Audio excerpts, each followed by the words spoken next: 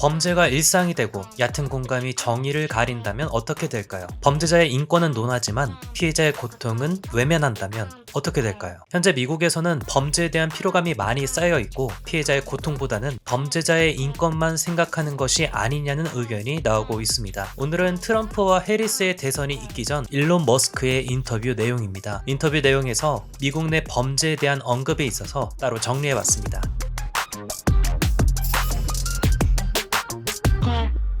Why the hostility, though, toward people with meaningful skills? It's not a neutral posture they have. Yeah. I mean, they're enriching themselves obviously by creating fake jobs because they have no skills, and they don't have creative power. So I understand that. But why do they hate people who do have creative power and actual skills? I don't understand that. I'm not sure I understand it either because it's difficult for me to put myself in the mindset. Because I'm someone who believes in construction. I build things. That's what I do. Yeah. I build cars. I build rockets. I build satellite internet. I've spent thousands of hours, tens of thousands of hours in factories, building up factories. I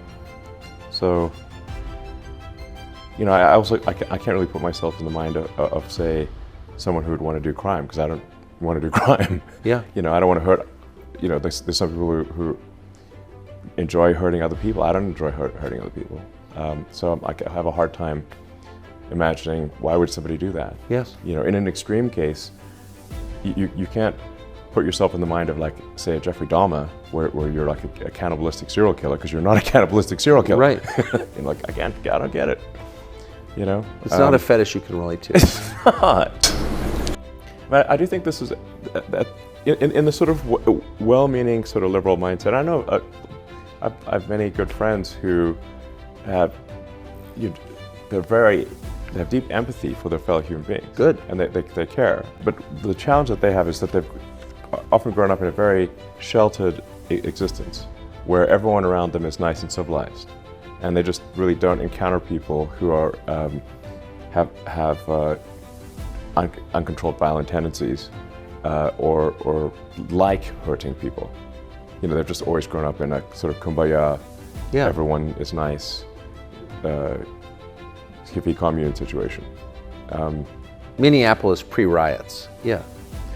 Yeah, I mean, if you yeah, but there's a small number of people. It's like a few percent of society that either can't have anger management issues that are so severe that they lose their temper and hurt or murder others. And there's a very small, it's like I said, it's not a large number that enjoy hurting other people. And if you do not incarcerate them, they will do that. They will hurt other people. And what I see is what I call shallow empathy. Like people have empathy for the criminals, but not empathy for the victims of the criminals. Yes. And so if you simply have, and I believe one should have deep empathy to say, like, what is the greater good for society? Is it better to incarcerate violent criminals and prevent them from hurting people, or to let them loose and allow those people to be hurt? And I think the latter is much worse. My mom lives in New York, and it's my mom at this point has gone from being Democrat to Republican, and her friends in New York are having the same experience, because you know what'll turn you from a Democrat to a Republican pretty fast is getting punched in the face while you walk down the street. Yes. Which For is, no reason. Yes, and then no action being taken against those who hurt you. And that happened to your mom? Not to my mother, but to 3 of her friends this year. Why would someone punch them in the face? I don't know, but Are they women? I'm not a face puncher. Right, no. But if you walk around the streets of San Francisco and many downtowns, so they go to downtown Philadelphia right now, they call the people homeless, but the homeless is the wrong term. Violent drug zombie. Yeah. Okay. It's like, you look at them and you say, like, homeless is a misnomer. It implies that someone got a little behind on their mortgage, and if you just offer them a job, they'd be back on their feet. Yeah. No, but if you go and look at downtown Philly or San Francisco or parts of New York, and actually most downtowns, what you actually have are violent drug zombies. So they're like shuffling down the street with dead eyes. 샌프란시스코는 현재 좀비 도시라는 오명을 얻을 정도로 약물 중독 문제가 심각한 상황입니다. 특히 펜타닐 중독이 주요 원인인데, 펜타닐은 모르핀보다 50배에서 100배 강력한 효과를 지니고 있어서 약물 과다 복용 사망자의 주범으로 지목됩니다. 2022년 샌프란시스코에서만 약물 과다 복용으로 사망한 사람은 810명에 달했는데, 이는 매일 평균 2명 이상이 목숨을 잃고 있다는 뜻입니다. Actually, most downtowns, what you actually have are violent drug zombies. So they're like shuffling down the street with dead eyes, you know, and with like needles, you know, and human feces on the streets. You've been to downtown SF, right? Have you seen this? Oh yeah, I was born there. Yeah. Like one of the most beautiful cities in the world. Oh yes, the greatest. And now you have to step over the drug needles and the feces and the bodies. Like one couple I met, the final straw for leaving San Francisco was they came home one night and there was a dead body in front of their garage. They couldn't get their car in, couldn't park their car. Because the corpse. And yeah, there's no street parking. They're like, because there's a corpse in front of the garage, and they don't want to move the corpse, you know, because like, well, you know, you're like, maybe they need to like figure out why the guy died or something, you know. That's the faith. That's liberal compassion, though. They're in a bit of a quandary because they got no place to park a car, and they feel that they shouldn't really move the dead body. So they call 911, and so the 911 in San Francisco says, "Well, are you in danger right now?" It's like, "Well, no, he's dead." He's pretty sure he's dead, and they're like, "Okay, we'll send someone tomorrow to pick up the body." Like, what do you mean tomorrow? so they're like going in and out of their house while there's a dead body right in front of their house. You know, and like it took them like 24 hours or something like that to eventually pick up the body. And they're like, "The hell with this, we're leaving." And did they? Yes. By the way, there's a million anecdotes like that. Oh, I know, but so I just don't think this is not rare. it's it's ubiquitous, and so then you wonder, like, how can people still tell themselves they're compassionate? I believe in being compassionate about. Of course, I believe that we should care about our fellow human beings. I think this is a good thing. Of course, we should not be selfish and not care about others. We should care about others, but we should just care about others, all things considered. Like I said, care not merely just about the criminals. It's just one layer deep. You should also care about the criminals' victims. Yes. Yes. Well, especially the criminals' victims. Yes, innocent people who get attacked and killed. So I mean, I got so many anecdotes. I mean, about a year ago, there were three Twitter employees who were just leaving the building and walking down Mark Street in San Francisco. Mark Street used to be a beautiful, wonderful street. Of course. Obviously, it's called Market Street because that's where the market was. Right. Now it's boarded up shop windows and stuff, and they were chased by a guy with an axe. He wanted. They outran him, and they reported, "Hey, there's a guy with an axe who tried to kill us with an axe." The police did nothing, and that guy with an axe subsequently murdered two people. With an axe? With the axe. Because eventually he's going to find somebody he can outrun, and he did. So what I'm saying is, if you don't stop axe murderers while they're attempting to axe murder, eventually they will succeed in axe murdering people. If this goes on, I mean, that's such an obvious observation. It seems obvious. Yes, I think it is. Yeah. That if you're in any way abetting axe murder, then you're against civilization. That's the way it looks to me. I mean, yeah. I'm trying to understand motive here. I can't relate like you. But you're against the whole project if you're allowing that, I guess is what I'm saying. Yeah, I think we should, controversial position, but I think we should arrest axe murderers when they first attempt to axe murder, not after they've succeeded in doing so. And I think we should assign at least some of the blame for the axe murders to the people who allowed this guy to wander around with an axe on Market Street trying to kill people. Yes. Yeah. Well, you know, there's this whole movement to decriminalize crime. Oh, I've noticed, yes. What is that? Madness. Yeah. Like to make crime legal. Like in California, you can just steal things and nobody does anything.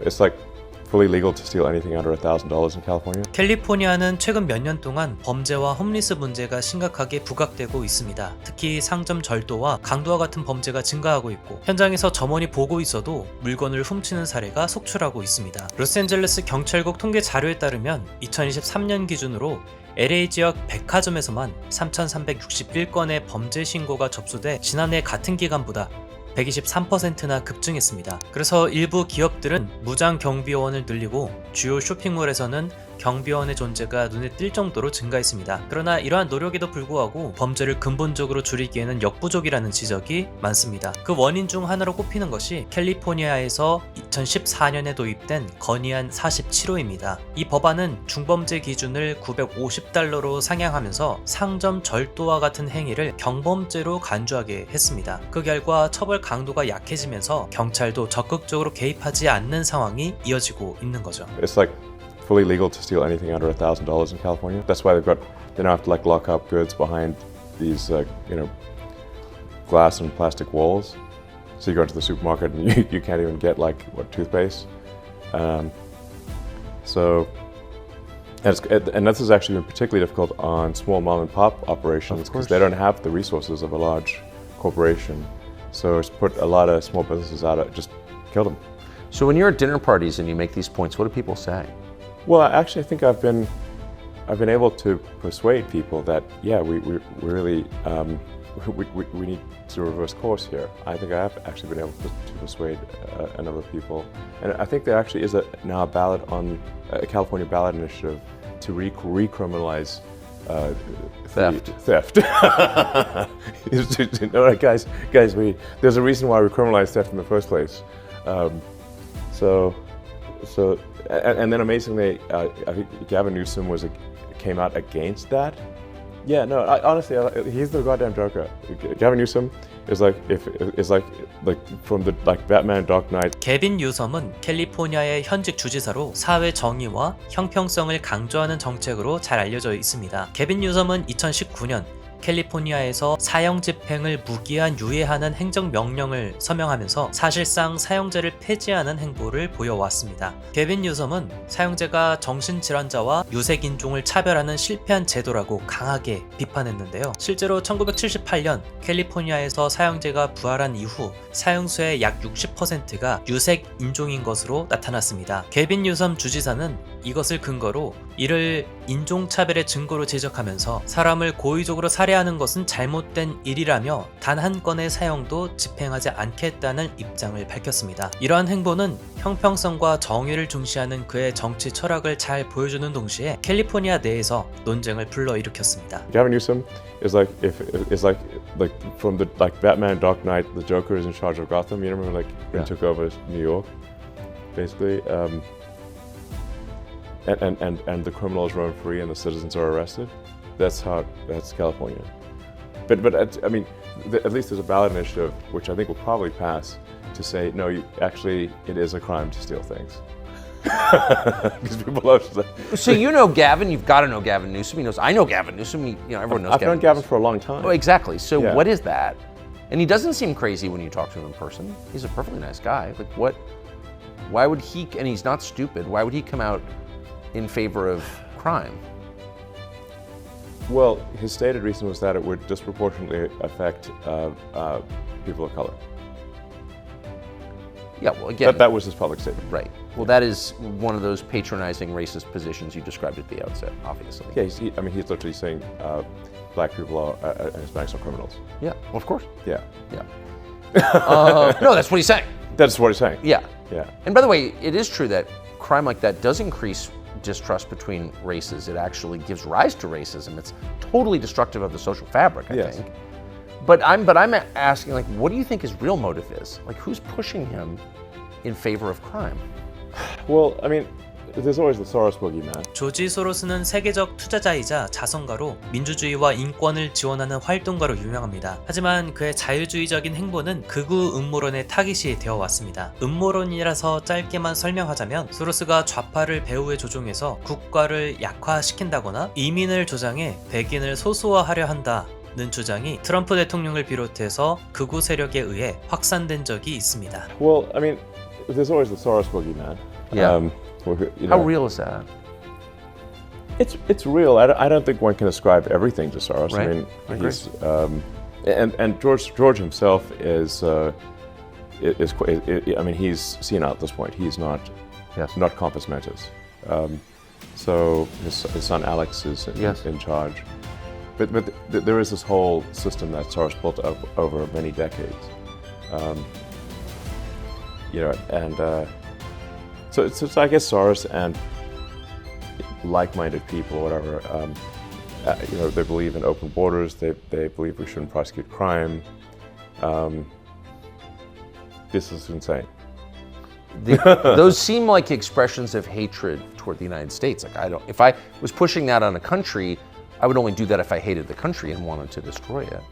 Well, it's anti-civilizational. I mean, 인터뷰에서는 일론 머스크의 정치색이 강하게 드러납니다. 하지만 우리가 주목해야 할 부분은 좋은 의도로 시작된 정책들이 언제나 좋은 결과로 이어지는 것은 아니라는 것을 알 수 있습니다. 특히 범죄와 관련해서 범죄 행위에 대한 것보다 범죄를 행한 사람의 서사나 배경에 얕은 공감을 부여한다면 범죄 행위에 대한 책임을 흐리는 결과를 초래할 수 있죠. 그렇기 때문에 이 범죄를 저지른 주체에 대해 좀 이해하려고 노력해라, 왜 그런 범죄를 저질렀겠냐 라는 등의 수사는 상당히 위험한 결론에 이를 수 있죠. 범죄 행위에 대한 피해자를 항상 기억한다면 이런 얕은 공감으로 인한 피해는 최소화할 수 있지 않을까 생각합니다. 결론적으로 범죄를 다룰 때에는 피해자와 범죄 행위 자체에 대한 명확한 책임 추궁이 우선시되어야 하고, 얕은 공감을 경계하고 법과 정의의 원칙을 지켜야만 사회가 더 건강하게 발전하는 방향이 될 것 같습니다. 네, 오늘은 여기까지입니다. 일론 머스크의 인터뷰에 대한 여러분들의 생각을